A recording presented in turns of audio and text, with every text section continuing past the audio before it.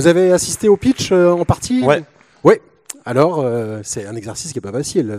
Je déteste ça. Vous détestez pitcher? Bah oui, on est censé écrire et après on nous demande de venir faire des conférences TEDx comme ça devant les gens et bon. Alors que ce que vous voulez, vous, c'est juste filmer, raconter des non, histoires. Mais on a le droit d'être timide et de trembler, de ne pas être à l'aise à l'oral. Donc c'est ce que je trouve très difficile. Mais c'est exactement ce qu'on a bien voulu exprimer dès le début. On a demandé leur bienveillance.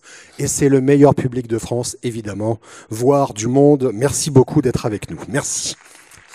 Giulio, qu'est-ce qu'on peut dire de votre film qui s'inscrit évidemment dans cette idée de nouveaux récits, de nouveaux imaginaires, sans le spoiler? Déjà, merci de nous le présenter en avant-première. Ouais, qu'est-ce qu'on peut dire? C'est une comédie avec Blanche Gardin, donc déjà ça c'est le genre, parce que c'est un genre en soi, Blanche. C'est ça, c'est un sous-genre de la comédie. Donc quand on est un cinéaste inconnu encore, c'est agréable de la voir parce que ça permet de labelliser le film. Donc voilà, c'est un genre, c'est une comédie d'anticipation, parce que comme plusieurs personnes que j'ai entendues ce soir, on a envie de montrer un peu et de traiter ces angoisses d'avenir par la comédie, ou en tout cas d'inventer des récits positifs. Et voilà, dans ce monde où il y a des robots qui ont investi ce monde-là, un peu comme l'apparition des iPhones en 2007, qui était très soudaine et d'un coup il y en avait partout. J'ai voulu montrer un monde où voilà, la sphère privée est contaminée par les robots et l'espace public et les services publics, eux, sont toujours aussi délabrés. Et à l'intérieur de ça, voilà, il y a un petit buddy movie entre Blanche, sa fille et ce robot. Voilà. Alors c'est intéressant d'aborder ce genre de sujet.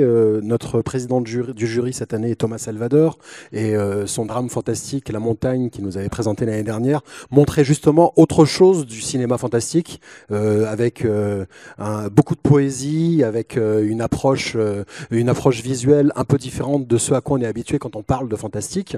J'imagine que quand on fait quelque chose d'anticipation, raconte une histoire d'anticipation, on se pose les questions du monde dans lequel ça se passe, du réalisme, de à quel point on décale les réalités. Comment est-ce que vous avez abordé cette question? Wow. Vous avez 30 secondes.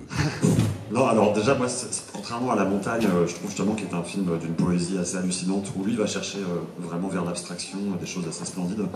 Moi, c'est un film assez réaliste, assez naturaliste.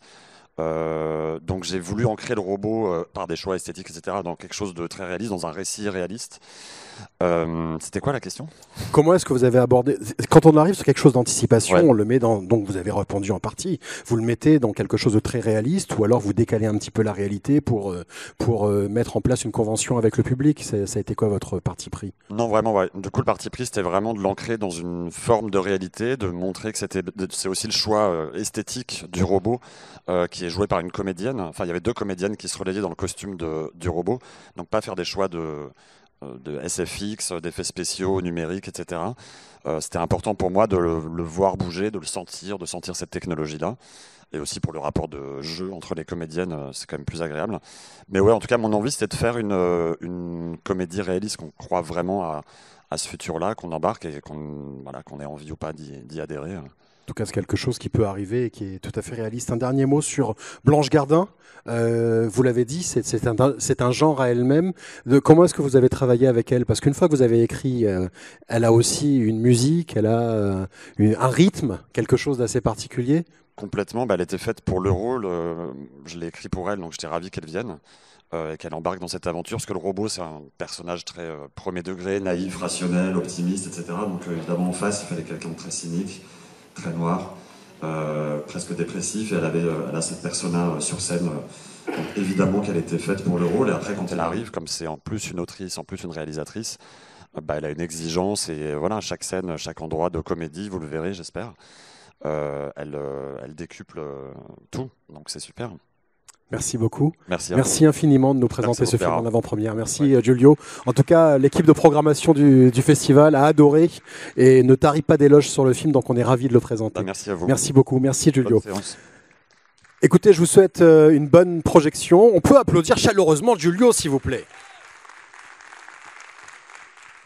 Merci à vous, profitez bien de cette projection et puis peut-être à ce soir pour la cérémonie de clôture avec le film de Laetitia Doche, Le procès du cygne.